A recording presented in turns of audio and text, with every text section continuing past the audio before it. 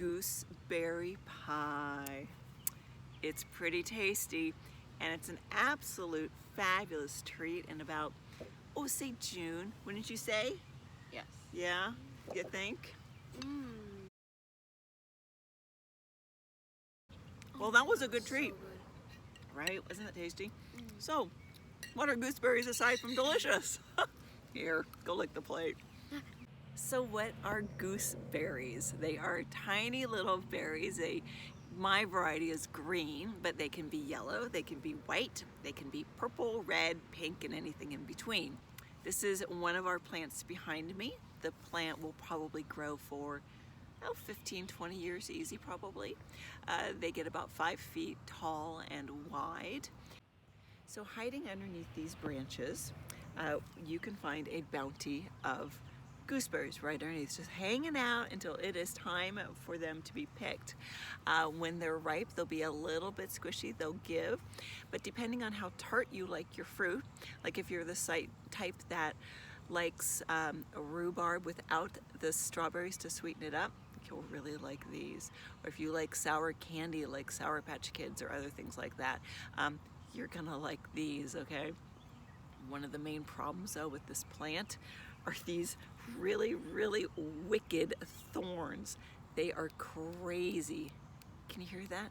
And it's just waiting to stab into your skin and protect its bounty. So to have some gooseberry success in growing them, they are a plant that does require some full sun.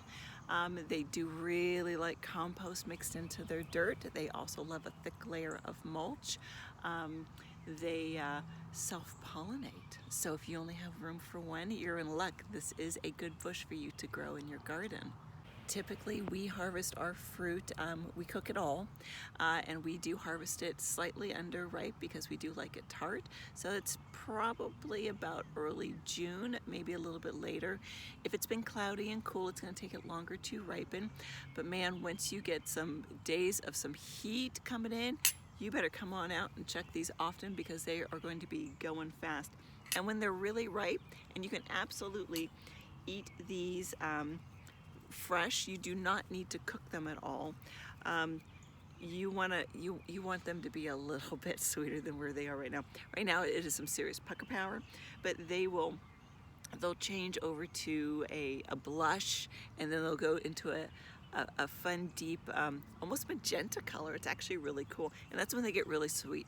But personally we love them as pucker power, so that's where we pick them.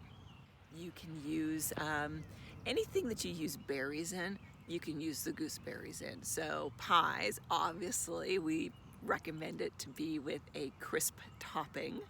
So pies and crumbles, crisps, jams and jellies, obviously. Here's the fun thing about gooseberries. They already have pectin. You don't have to add any pectin in them. This was great. This was my entry fruit to doing jams and jellies last year because I didn't have any pectin, and I found out that about gooseberries, so I was in luck and I made my first bit of jam, I think it was, not jelly, out of the gooseberries. It was a fantastic discovery. I loved it. You can also put gooseberries on top of ice cream or on scones. It's a fantastic fruit to have around. So when you harvest your gooseberries, what you're going to want to do is take them inside, put them in the fridge, store them in there until you're ready to deal with them. And let me show you one thing. When you pick a gooseberry, it's going to look kind of like this. Okay, you've got the stem on top and you've got the little bit where the flower was. Once you pick these, you get to do what is called topping and tailing of the gooseberries. And you get a little pair of scissors and you cut that end, and then you cut that end, or use your fingernails, and then you're ready to go. Yes, gooseberries are a labor of love because you wouldn't do this for just anything.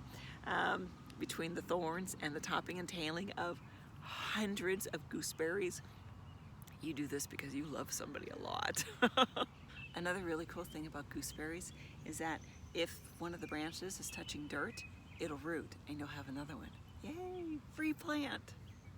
One way we really like to enjoy our gooseberries, not to mention the jam or jelly, but we like to pick them, top and tail them, and then put them in the freezer so that we can enjoy them as pie when we're in the mood come, you know, winter or early spring, or as we're sitting here impatiently waiting for the next harvest. I hope you give this wonderful berry a try.